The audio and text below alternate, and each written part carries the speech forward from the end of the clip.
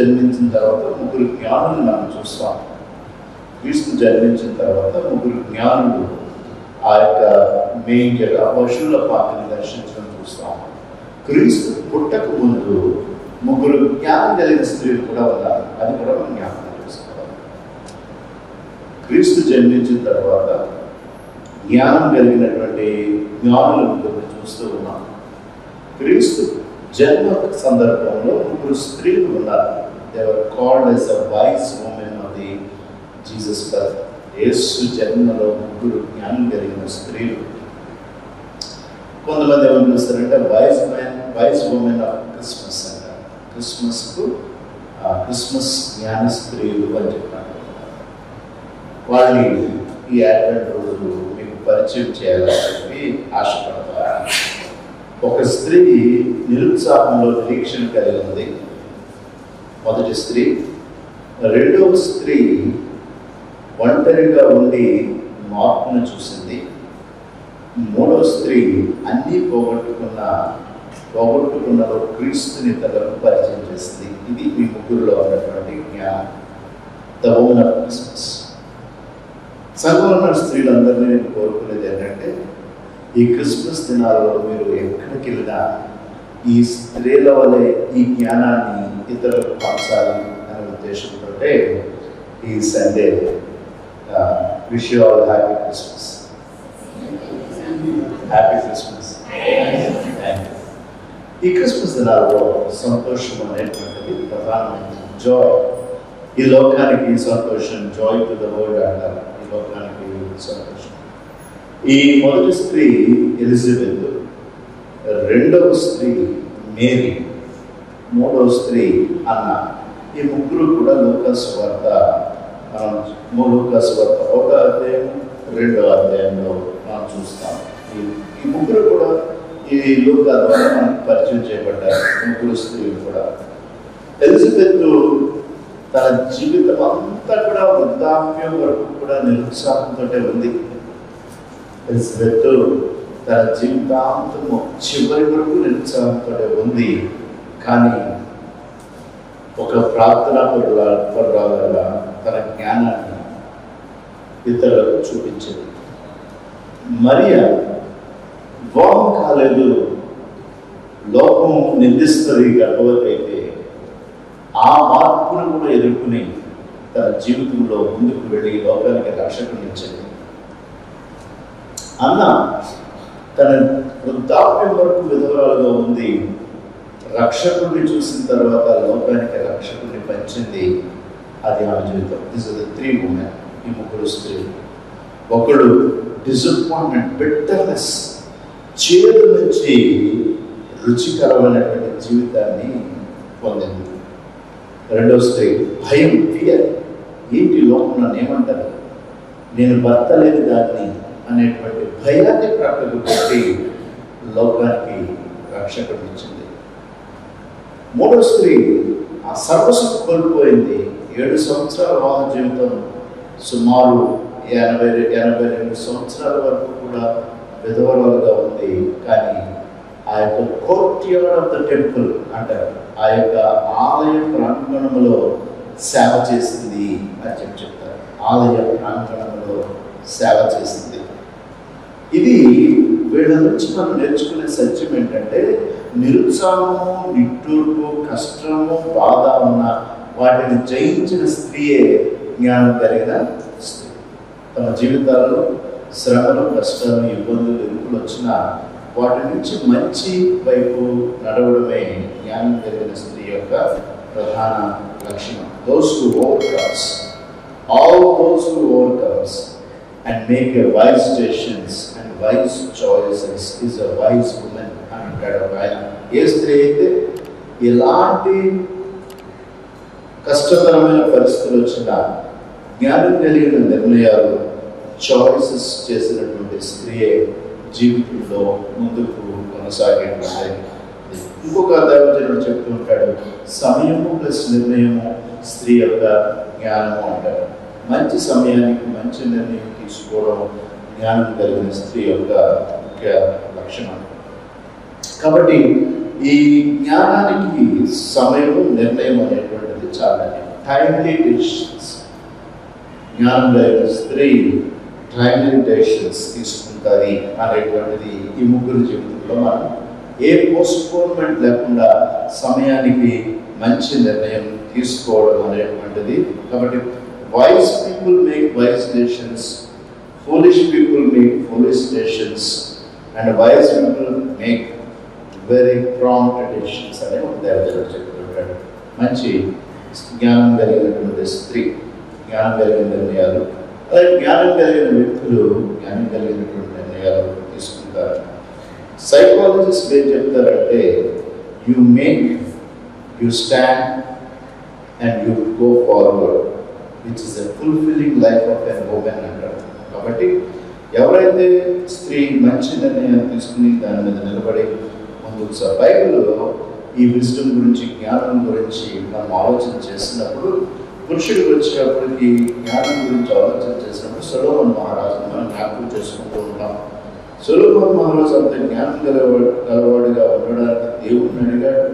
అలాగే జ్ఞానం కలిగినటువంటి తల్లిదండ్రుల నుంచి నడిపించబడ్డాడు. ఈరోజు మనం జ్ఞానం కలిగిన బిడ్డలము, మంచి నిర్ణయాలు తీసుకోగలిగేటువంటి బిడ్డలము, ఒక బిడ్డలుగా మన జీవితంలో జ్ఞానంగా ముందుకు కొనసాగుతున్నామంటే దాని వెనుక జీన్స్ ఉంటాయి అనేటువంటిది సైన్స్ నేర్పితే దాని వెనుక జ్ఞానం కలిగిన తల్లిదండ్రులు ఉంటారనేది బైబిల్ చెప్పేటువంటి సత్యం. కాబట్టి ఎప్పటికైనా పిల్లలుగా మనం మన జీవితాల్లో కొన్నిసార్లు మన యొక్క అభివృద్ధి పథకంలో if we are moving forward step by step in wisdom, there is either a genes behind it or a parents is a biblical proof అనేటువంటి దావీదు మహారాజే దానికి గొప్ప సత్యం. మొదటి రోజుల్లో అధ్యాయము 28వ వచనం వచ్చేటప్పటికి అంతటి ఇశ్రాయేలు అందరూ రాజు తీర్చిన తీర్పుని గురించి విని న్యాయము విచారించుటయందు రాజు దైవ జ్ఞానము నొందిన వాడిని గ్రహించి అతనికి భయపడింది. సో పీపుల్ ఎప్పుడూ కూడా జ్ఞానం కలిగినటువంటి పురుషుడైనా జ్ఞానం కలిగినటువంటి స్త్రీ అయినా వారు చుట్టూ ఉన్నవారు వారిని చూచి భయపడేది. అందుకే చాలామంది ఒరిజినల్గా సొలొమోను మహారాజు జ్ఞానం అడిగాడు. బట్ హిబ్రూ లాంగ్వేజ్లో ఏంటంటే హిబ్రూ భాషలో సొలొమోను మహారాజు అడిగింది మంచి తీర్పు తీర్చగలిగేటువంటి ఆలోచన నాకు దయచేసి. That is the true translation హిబ్రూలో. మంచి తీర్పు అంటే మంచి నిర్ణయం.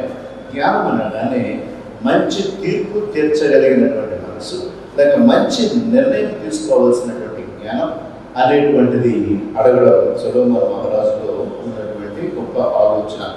కాబట్టి ఇక్కడ మనం చూసినట్లయితే ఈ రాజుల గురించి ఇక్కడ మొదటి రాజుల 3వ అధ్యాయం 20వ వచనంలో న్యాయం విచారించుటయందు రాజు దైవ జ్ఞానం పొందిన వాడిని గ్రహించి అతనికి భయపడ్డాడు. Where there is a wisdom, నీలో జ్ఞానం అంటే నీ చుట్టూ ఉన్న వారు నిన్ను చూచి, అక్కడ భయం అంటే ఏంటంటే గౌరవంతో కూడినటువంటి సాంప్రదాయ జీవితంలో జీవిస్తాము అనేటువంటిది. భయం అంటే ఆ వ్యక్తిని చూసి వణికిపోవడం కాదు, ఆ వ్యక్తిని చూసి న్యాచురల్గా ఒక గౌరవాన్ని సంపాదించుకోవడం. కాబట్టి ఇక్కడ జ్ఞానం ఏంటంటే ఆ వ్యక్తి మీద గౌరవపరమైనటువంటి పరిస్థితి ఏర్పడుతుంది అని చెప్తుంటాడు. If people are not respecting you, నీ చుట్టూ ఉన్న వాళ్ళని గౌరవించట్లేదంటే మనకి జ్ఞానం లేదన్నమాట. నేను కొన్ని సందర్భాల్లో ఏంటి ఈ విషయంలో నా గురించి ఆలోచిస్తున్నారంటే మొట్టమొదటిగా నేను ఆలోచించేది ఏంటంటే నాకు ఆ విషయంలో జ్ఞానం లేదన్నమాట అనేటువంటిది. అలాగే ఎవరికి వాళ్ళు పరీక్ష చేసుకోవాలి. దాన్ని బట్టే మనం ముందుకు వెళ్తూ ఈ జ్ఞానం కలిగినటువంటి స్త్రీల జీవితాన్ని చూసినప్పుడు వీరు వాయిస్ ఉమెన్ అని చెప్పి ఎంతమంది ఈ థియోలాజియన్స్ దీన్ని కన్ఫర్మ్ చేశారనే విషయాన్ని నేను ఇవాళ గూగుల్లో చూడడం జరిగింది. ఆల్మోస్ట్ ఆల్ బైబిల్ క్యారెక్టర్స్లో అంటే బైబిల్లో ఉన్నటువంటి వ్యక్తిగత జీవితాల గురించి చెప్పబడిన విషయాల్లో వాయిస్ ఉమెన్ అనగానే ఈ ముగ్గురు స్త్రీలే మనకి ఎక్కువగా కనబడ్డారు, ఎక్కువగా చెప్పబడింది. ఈ ఎలిజబెత్ జీవితాల గురించి మనం చూసినప్పుడు లూకా సువార్త 1వ అధ్యాయం 5 నుంచి 9 వరకు ఉన్నటువంటి మాటల్లో మనం చూస్తే జ్ఞానం కలిగిన స్త్రీ ఏ విధంగా మరి చాలా ముందుగానే మంచి ఆలోచనలు చేసేటువంటి స్త్రీ.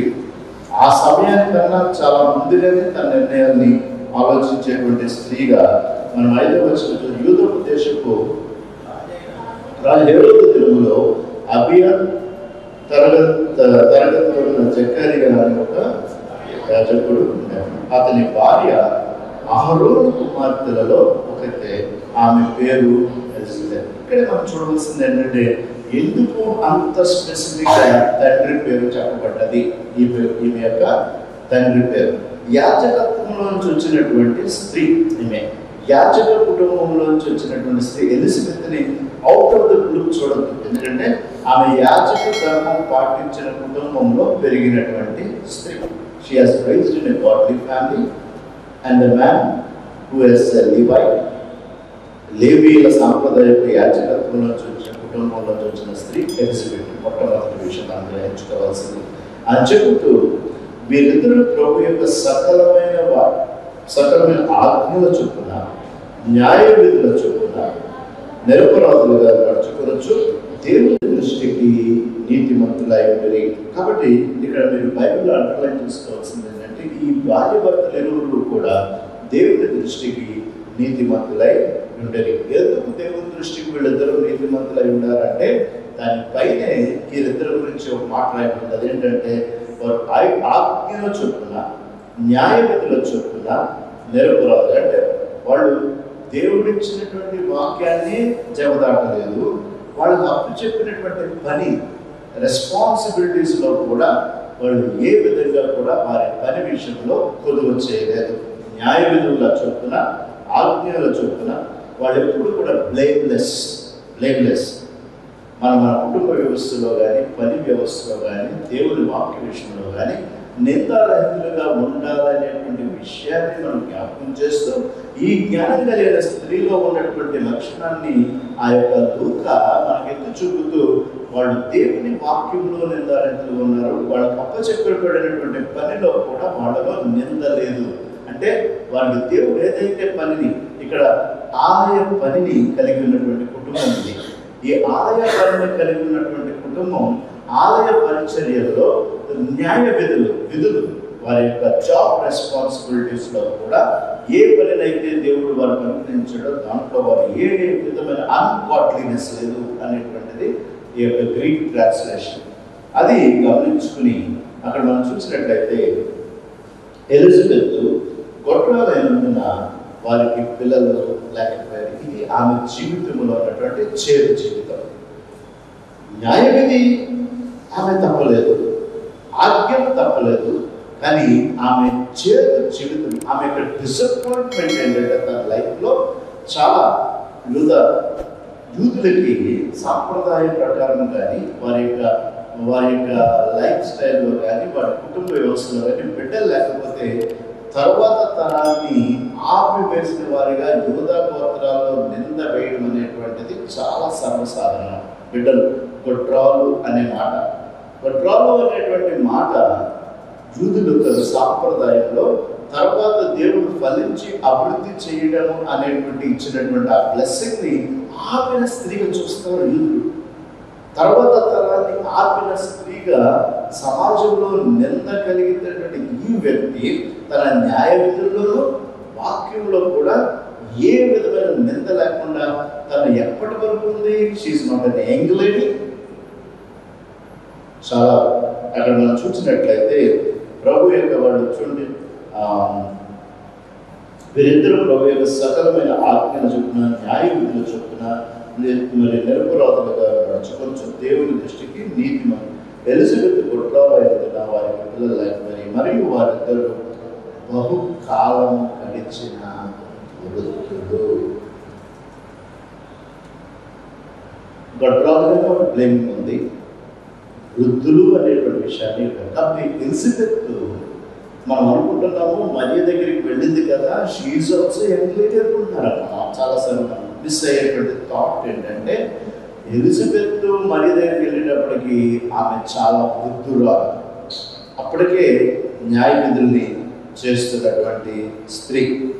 ఇక్కడ మనం చూడవలసింది ఏంటంటే వృద్ధురాలు అయ్యే వరకు కూడా కూడా జీవితంలో హర్టే, కష్టమే, బాధే. కానీ తన యొక్క విశ్వాస జీవితంలో మటుకు ఎక్కడ ఎంత చింత ఉన్నా కూడా చింత లేని జీవితం జీవించినట్టుగా ఎలిజబెత్లో చూస్తున్నాం.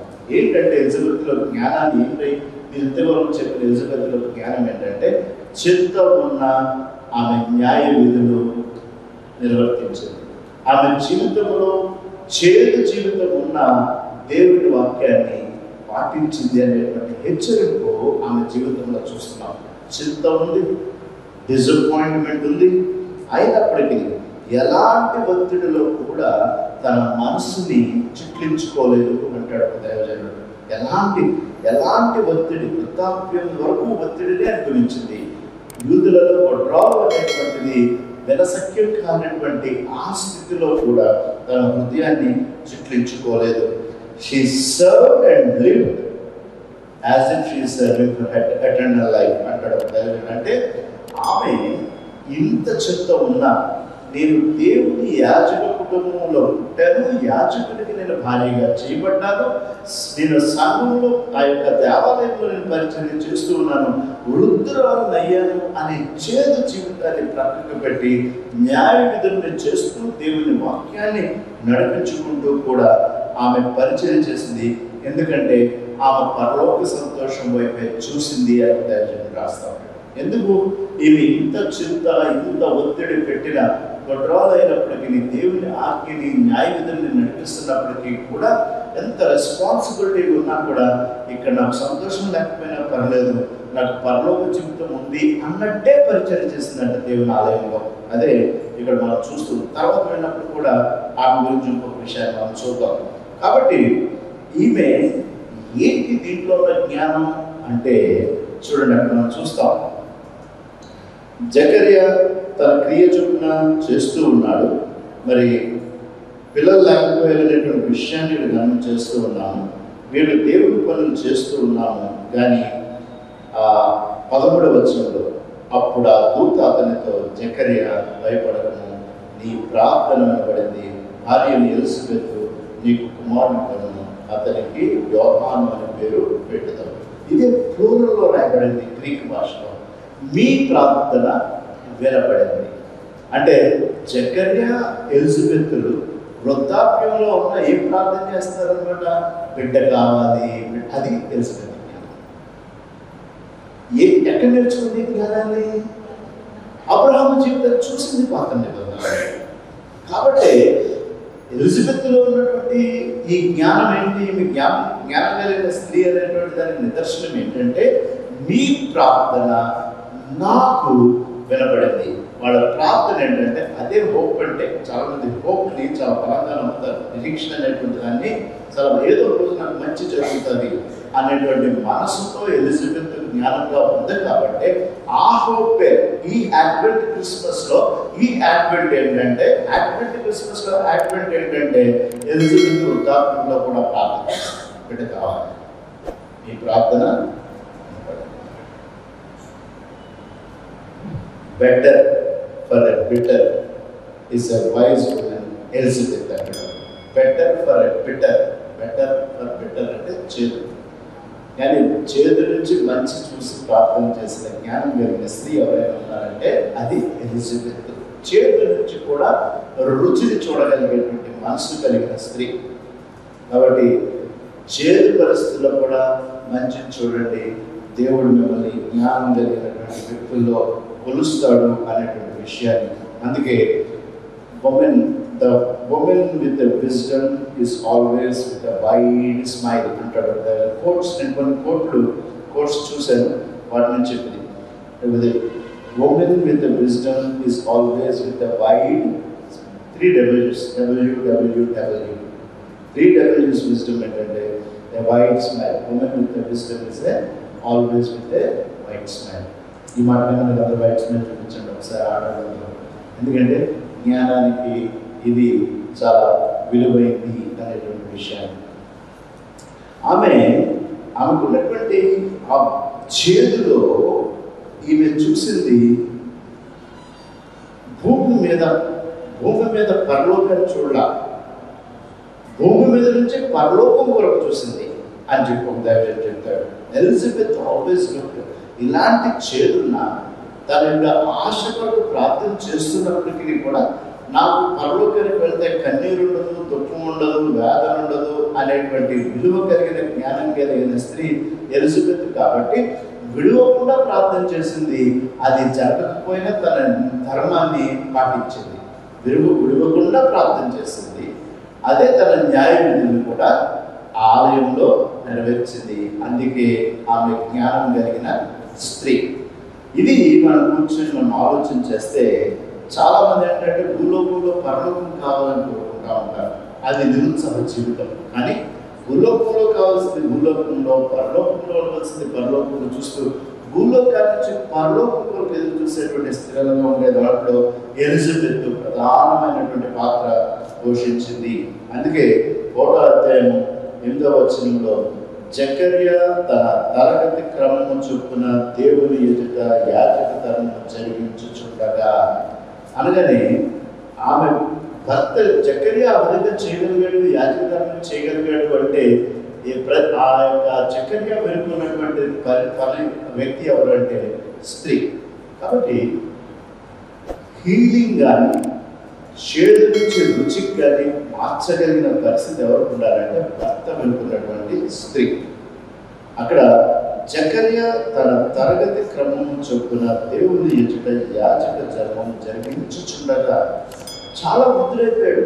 యాజక ధర్మాన్ని నుంచి ప్రక్కకు పెట్టుకోవాలి జకర్యా. కానీ జకర్యా నిరుత్సాహం, భార్య భర్తలిద్దరికీ నిరుత్సాహం ఉంది, బిడ్డల నిరుత్సాహం ఉంది, కానీ వెనుక. కాబట్టి మన చర్చిలో త్వరలో వివాహం చేసుకోబోయేటువంటి వాళ్ళు ఉన్నారు, వివాహం చేసుకున్న వాళ్ళు ఉన్నారు, వివాహం జరిగిన వాళ్ళు ఉన్నారు. వీరందరికీ ఏంటంటే నేర్చుకోవాల్సిన సత్యం ఏంటంటే there is a women behind this man who can lead life. ఆ యాజక ధర్మం చేయగలుగుతున్నాడు జకర్యా అంటే దానికి కారణం యాజక ధర్మము అంటే మనం ఏదో ఈ పుల్పిట్టో లేదా సంఘాన్ని నడిపించడము అనేటువంటిది పాత నిబంధన చర్య కాదు. యాజకులు అంటే ప్రతి గృహంలోనూ వాడు కౌన్సిలర్స్, ప్రతి ఇంటిలోనూ వారు నీతి బోధించేవారు. యాజక ధర్మం అంటే కుటుంబ వ్యవస్థని కలిపేవాడు. యాజక ధర్మం అంటే దేవునికి ప్రజలకి మధ్య ఉండేటువంటి ఆ యొక్క బాంధవ్యాన్ని బలపరిచేవారు. చాలా క్రియలు ఉన్నాయి. ఆఖరికి వారు ప్యూరిఫికేషన్ కానీ లేకపోతే అభిషేకం కానీ చేసేటువంటి యాజక ధర్మం కలిగినటువంటి ఈ జకర్యా వెనుక ఒక స్త్రీ ఉంది. కాబట్టి స్త్రీ జ్ఞానము అనేటువంటి విషయానికి వస్తే వాళ్ళ భర్తల్ని హంబుల్గానే పొందారు. To lead them in a humbleness, surrender and success and no fear. భర్త భయపడకుండా తగ్గింపుతోనూ అభివృద్ధితోనూ మంచిని మంచిగా కరెక్ట్ చేయగలుగుతాడు. తన వ్యవస్థని, కుటుంబ వ్యవస్థని నడిపించడానికి భర్తకు ప్రోత్సాహరాలుగా ఉండేటువంటి స్త్రీ is a right women, as a godly women and a wisdom women. అంటే స్త్రీ అనేటువంటి వ్యక్తి కుటుంబాల మధ్య లేకపోతే సంఘానికి సమాజానికి మధ్య లేకపోతే న్యాయ విధులు జరిగించే చోట విచ్ఛిన్నం చేసేటువంటి స్త్రీగా కాకుండా కట్టేటువంటి సంఘంగా ఉండడం ఎలిజబెత్లో ఉన్నటువంటి లక్షణం. కాబట్టి జకర్యా తన జీవితంలో తన తరగతి క్రమం చొప్పున దేవుని ఎదుట యాజక ధర్మం జరిగించుచుండగా, it is a continuous process. దీన్ని మనం గమనించుకుని ఈ యేసుక్రీస్తు గురించి జీవించినటువంటి దినాలలో మన జీవితాల్లో ఇక్కడ యాజక ధర్మం బిడ్డలు లేకుండా అనేకులకు యాజకత్వం చేయడం అంటే కూడా చాలా కష్టం. అయినప్పటికీ నేను జకర్యా దాన్ని చేయగలుగుతున్నాడు అంటే దాంట్లో ఉన్నటువంటి గొప్ప విలువైనటువంటి విషయాన్ని మనం ఇక్కడ చూస్తున్నాం.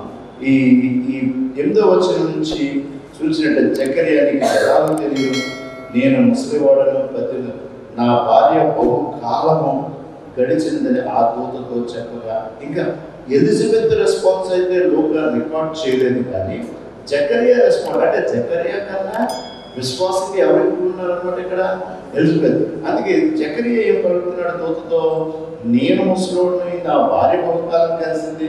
ఇక్కడ ఏం చేస్తున్నాడా, నేను ముసలోడిని, నాకు ఎంగవైపు లేదని అంటున్నాడా? అలా కూడా అంట్లా. నేను ముసలోడినే, నా భార్య ముసలిదే. అయినప్పటికీ చెప్పగలరు దూత చెప్పాడు, నేను దేవుని సముఖంలో నిలుచు గాబ్రియేలును. చెప్పేది ఎవరు అనుకుంటున్నావు? దేవుని ఎదురు నిలబడేటువంటి గాబ్రియేలు, నీతో మాట్లాడుటకును ఈ సమస్త వర్తమానం నీకు తెలుపుటకును పంపబడుతుంది. నేను గుడ్ న్యూస్ చెప్పడానికి వచ్చా. నేను దేవుని సముఖాన్ని నిలబడ్డ వ్యక్తిని. నేను చెప్తున్నాను ఇది నీకు జరుగును అనేటువంటిది. ఈ విషయాన్ని ఏ విధంగా వచ్చిందంటే ఇక్కడ చూడండి, నేను మాట్లాడే వ్యక్తిని ఎవరు అని ఈ ట్రూ ఓల్డ్నెస్ను కూడా, ఈ ఇంత వయసు పెరిగిన విషయంలో కూడా ఇక్కడ ఎలిజబెత్ డిసప్పాయింటెడ్ ఉమెన్ అనేటువంటిది ఆమె ఎక్కడా కూడా డిసప్పాయింట్ అవ్వాల.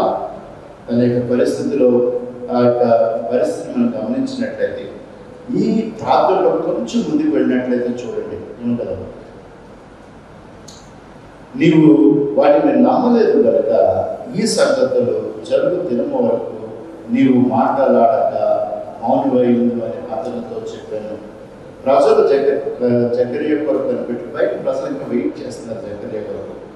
ఆలయం ముందు అతడు ఆలస్యం చేస్తున్నందున అతడు వెలుపలికి వచ్చినప్పుడు వారితో మాట్లాడకపోయినందున ఆలయం ముందు అతనికి దర్శనం కలిగిందని వారు గ్రహించారు. అప్పుడు అతడు వారికి సంజ్ఞలు చేయొచ్చు మూగవాడై ఉన్నాడు. దీంట్లో ఒక గొప్ప మిస్టరీ ఉంది, అది గ్రహించాలని నేను చదువుతున్నాను. అతడు సేవ చేయడం సంపూర్ణమైనప్పుడు తన ఇంటికి ఆ దినమునైన పిమ్మట అతని భార్య ఎలిజబెత్ గర్భవతి. మనుషులలో నాకుండిన అవమానం తీసివేయడం చూడండి, తన మాట చూడండి, ఎంత వైస్ ఉమెన్. మనుషుల్లో ఉన్నటువంటి నాకుండిన అవమానము తీసివేయటకు నన్ను కటాక్షించిన దినంలో ప్రభు ఇలాగా చేసిననుకుని 5 నెలలు ఇతరుల కంట కనబడకుండా. ఇక్కడ ఈ మాట ఎందుకు కనపడ్డా 5 నెలలు ఎవరికి, ఎందుకు ఇంత స్పెసిఫిక్గా లోకాన్ని రాశాడు? ఈ జ్ఞానం కలిగిన స్త్రీగా 5 నెలలు ఎవరికి ఎలిజబెత్ కనపడలేదు అంటే మనం అనుకుంటుంటే గర్భవతి కదా, రెస్ట్ తీసుకుంటుందేమో, చాలా ఓల్డ్ కదా. కానీ దాన్ని రీసెర్చ్ చేసినట్లయితే ఎలిజబెత్ ఒక్క క్షణం కూడా ప్రజలకి కనపడని పరిస్థితి ఉండేది కదా.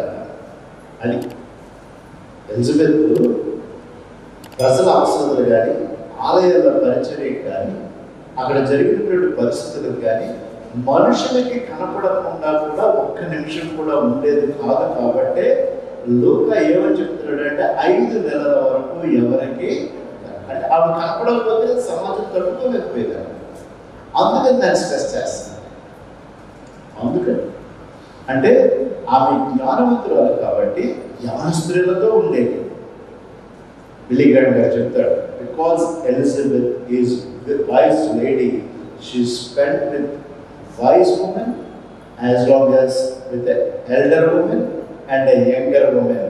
ఆమె ప్రతి క్షణము స్త్రీల మధ్య ఉండేది. అందుకే ఒక వైద్యుడు ఈ సువార్త రాసినట్టు ఆమె ఎవరికి ఎందుకు కనపడలేదు 5 నెలలు అంటే ప్రజలు ఆమె కనపడట్లేదని కలత చెందారనేటువంటి విషయాన్ని లూకా తెలుసుకుని దాన్ని అక్కడ రాశాడు. ఆమె ఎవరికి కూడా కనపడలేదంటే స్త్రీలందరూ ఆ గ్రామంలోనూ, ఆ పట్టణంలోనూ, ఆ ఆలయ ప్రాంతంలో ఆమె మిస్ అయిపోయారు. ఫైనాన్స్ ఆమె మిస్ అయ్యే పరిస్థితిని అక్కడ కనపరిచింది. Such wise lady with other women, ఇతర స్త్రీలతోటి, సమాజంలో ఉన్న వాళ్ళతోటి ఎలిజబెత్ ఒక్క క్షణం కూడా ప్రజలకు కనపడకుండా ఉండేది కాదు. కాబట్టి ఈరోజు ఆమె 5 నెలలు కనపడలేదు అని. అనారోగ్య పరిస్థితి పడుకుంటే మరి గర్భవతి అయినటువంటి ఆమె ప్రయాణం చేసుకుని అయిన తర్వాత, కాబట్టి షీఈ్ నాట్ ఎ సిక్. ఆమె మిస్ అయ్యేంత విధిగా కనపడలేదు జనానికి. 5 నెలలు ఎవరికి అక్కడి నుంచి 5 నెలలు ఇద్దరు కంట కనపడ. 6వ నెలలో గాబ్రియేలును దేవదూత కలిసి ఇక్కడి నుంచి మరియా స్టోరీ మనకి ఎంటర్ అవుతూ ఉంటారు. దాన్ని ఇంకా కొంచెం మనకి ఇంకా ముందుకు వెళ్ళినట్లయితే ఈమె ఎంత జ్ఞానం కలిగిందో చూడండి. ఇప్పుడు గర్భవతి అయింది, యోహాను పుట్టాడు. అతని పేరు జాన్ ద బ్యాప్టిస్ట్. జాన్ అంటే ఏంటి? దేవుని కొరకు బలమైన ఆయుధం. పుట్టాడు. అతడు రాబో క్రీస్తు కొరకు ప్రకటిస్తాడు. ఈ పేరు పెట్టమని ఎవరు చెప్పారు? గాబ్రియేలు. ఎవరు చెప్పింది? ఇప్పుడు ఈ పేరు పెట్టమని చెప్పవలసిన వాళ్ళు ఎవరు చెప్పాలి? బంధువులకి. కానీ మరి ఏం జరిగింది? ఈమె జ్ఞానం కలిగిన స్త్రీ అని ఎలా చూద్దాం చూడండి. ఎందుకు జ్ఞానం కలిగిన స్త్రీయో చూడండి. 59వ వచనం 1వ అధ్యాయం. 8వ దినమున వారు ఆ శిశువును సున్నతి చేయవచ్చి తండ్రి పేరును బట్టి జకర్యా అని పేరు వారికి పెట్టబోవచ్చుండగా, జకర్యా అని పేరు అతనికి పెట్టబోవచ్చుండగా వారి తల్లి అలా నో అందట. మనం అనుకుంటే ఎవరు పెట్టాలనుకుంటున్నాం? జకర్యా చెప్తే మనం పెట్టిందేమో అంటున్నాం. ఎవరు ఆపింది పేరు పెట్టడం? తెలిసినట్టు ఆపింది. ఏమన్నది? తల్లి అలా వద్దు, వారికి యోహాను అని పేరు పెట్టవాలని చెప్పారు. సచ్ ఎ వైజ్ గా. అంటే విషయాన్ని గ్రహించుకుని టైమ్లీ ఆన్సర్. జకర్యా యాజక ధర్మం చెప్పినట్టు ఆలయంలో ఉంటుంటాడు. బంధువులు ఇంటికి వచ్చి ఉంటారు. కూర్చుని 8వ రోజు అంటే సున్నతిని తీసుకువెళ్ళాలి. సున్నతి తీసుకెళ్ళినప్పుడు పేరు పెట్టాలి. ఆ నిర్ణయం తీసుకునే టైంలో మనం అనుకుంటాము జకర్యా తిరిగి మాట్లాడాడు కాబట్టి పలక మీద యోహాను అని రాసిన తర్వాత మనం అందరం బ్రదర్లో ఉంటాం. కానీ జ్ఞానం కలిగిన స్త్రీ ఆ నిర్ణయం తీసుకోగల టైంలోనే టైంని ఆన్సర్ ఏమిచ్చిందో తెలుసా? నో, అతనికి యోహాను అని పేరు. దాని తర్వాత మిగతా స్టోరీ రోల్ డౌన్ అవుతుంది. దాని తర్వాత మిగతా అప్పుడు అర్చుడు అందుకు నీ బంధువుల్లో ఆ పేరు గలవాడు ఎవడను లేడే అని ఆయనతో చెప్పి ఆయనకి ఏ పేరు పెట్టబోచున్నావని తండ్రికి సంగీతం. అప్పుడు తండ్రి దగ్గరికి వెళ్ళి పేరేంటి పేరు అడుగుతారు. సంగీతం చేస్తారు. అక్కడికి వెళ్ళి రాస్తుంటే అప్పుడు ఏం చేశాడు జకర్యా? అతడు వ్రాత పలక తెచ్చి వాని పేరు యోహాను అని రాశారు. అందుకు వారందరూ ఆశ్చర్యపడుతున్నప్పుడు ఇది జ్ఞానం కలిగిస్తే గాబ్రియేలుతో మాట్లాడిందేమో పురుషుడుగా అతని మౌనం అయిపోయాడు, బయటకు ఎక్కడికి చెప్పకుండా. కాబట్టి ఇరువురు కలిసి దేవుని పరిచర్యలో ఉండి ఇరువురు కలిసి దేవుని ప్రార్థనలో ఉన్నారనేటువంటి సత్యాన్ని ఉన్నటువంటి సాదృశ్యం ఏంటంటే పేరు పెట్టాలి. జకర్యా పేరు పెడదాము అనుకుంటున్నారు ఈ బాప్తిస్మం ఇచ్చేవారికి. కానీ నో అని చెప్పి ముందుగానే తల్లి తెలియజేస్తుంది. అది ఆమెలో ఉన్నటువంటి జ్ఞానం. కాబట్టి ఇది గమనించుకున్నటువంటి విషయాన్ని మనం ఆలోచన చూసినట్లయితే దీన్ని బట్టి దేవుని నుంచి తెలుసుకోవాల్సిన దానికి ఎలిజబెత్ అనే స్త్రీ never stop praying, never believe, unbelieve, always positive. అందుకే మనం స్త్రీలకు ఎప్పుడు మనం గమనించుకున్నట్లయితే పాజిటివ్ యాటిట్యూడ్ స్త్రీలకు చాలా ఎక్కువ ఉంటుంది. అటు ఇటు ఊగిసాడే యాటిట్యూడ్, నిర్ణయాలు తీసుకోవడంలో కొంతవరకు పురుషులు. అందుకే స్త్రీల జ్ఞానం మీద ఆధారపడిన పరిస్థితి చాలా వరకు కనబడుతూ ఉంటుంది.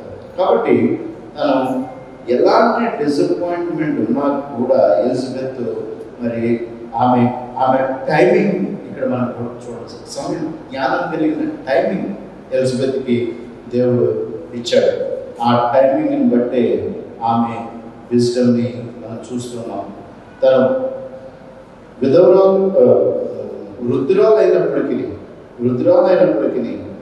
ఆమె దీన్ని బట్టి మనం చూస్తున్నట్లయితే she is most outgoing women and a women with neighbours.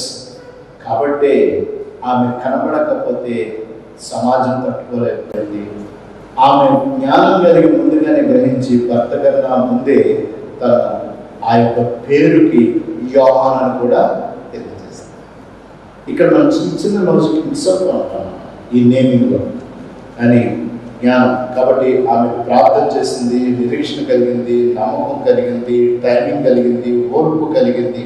అది ఆమె జీవితంలో మనం చూస్తున్నటువంటి సత్యం. అందుకని ఆమె 24లో ఆ దినంలో ఆయన పిమ్మట అతని భార్య ఎలిజబెత్ గర్భవతి మనుషులలో నాకుండిన అవమానము తీసివేయడం. ప్రార్థన చూడండి, ఆ టైంని ప్రేయర్ గర్భవతి అవగానే. దీన్ని బట్టి ఎలిజబెత్ జీవితాన్ని వస్తూ బెలిగ్రహం ఈ విషయం గురించి మాట్లాడుతూ బెలిగ్రహం ఏమంటారంటే, my wife keeps my calendar అంటే, my wife keeps my calendar for me and she keeps the gifts for my friends before time and she speaks before my preaching. నేను బోధించక ముందే నాతో మాట్లాడుతుంది, నా క్యాలెండర్ ముందే నాకు జ్ఞాపకం తెస్తుంది, నా స్నేహితుల కొరకు బహుమానాలు ముందుగానే ఉంచుతారు. అది తన జీవితంలో నిరూపించడం గల కారణం నా క్రిస్మస్ దినాల్లో ఎలిజబెత్ జీవితం అని చెప్పి ఆయన భార్య ఒక చోట రాసిన నోట్ని ఎదిగారు ప్రసంగంలో చదవడం చూస్తున్నాడు. కటాక్షం. అందుకే ఈ బేబీ గురించి ఉన్నప్పుడు ఆమె మాట్లాడినటువంటి మాటల్లో ఉన్నటువంటిది ఏంటంటే ముఖ్యమైనది. ఆమె తెలియజేసింది, నన్ను కటాక్షించిన దినములలో, నన్ను కటాక్షించిన దినములలో అంటే ఆశీర్వాదపు దినములు అనేటువంటి విషయాన్ని ఇక్కడ అదే మాట మరియ ప్రార్థనలో కూడా మనం చూస్తాం. అదే అధ్యాయంలో మనం చూసినట్లయితే 40వ వచనం, అప్పుడు మరియ ఇట్లా, నా ప్రాణం ప్రభువును కనపరుచుచున్నది, ఆయన తన దాసురాలు దీన స్థితిని కటాక్షించారు. The women with the wisdom దేవుడు చూపించే కటాక్షాన్ని గ్రహిస్తారు, ఆ మెర్సీని గ్రహిస్తారు. జ్ఞానం కలిగిన స్త్రీ ఆ మెర్సీని, ఆ పెయిన్ని, ఆ బాధని, ఆ ఆశీర్వాదాన్ని గ్రహిస్తారు. అందుకే ముందుగానే తన యొక్క మాటని తెలియచేసింది, తన అర్థం. ఇది మనం ఎలిజబెత్ జీవితంలో మనం చూడగలిగింది నమ్మకం, దేవుని యొక్క ప్రణాళిక మీద ఆమెకున్న నమ్మకం, దేవుడు ఉన్నటువంటి నిరీక్షణ మీద, గాడ్స్ ప్లాన్ మీద, గాడ్స్ టైమింగ్ మీద ఎలిజబెత్కి ఉన్న నమ్మకమే ఆమె జ్ఞానానికి గల కారణం. ఇది మనం ఎలిజబెత్. రెండో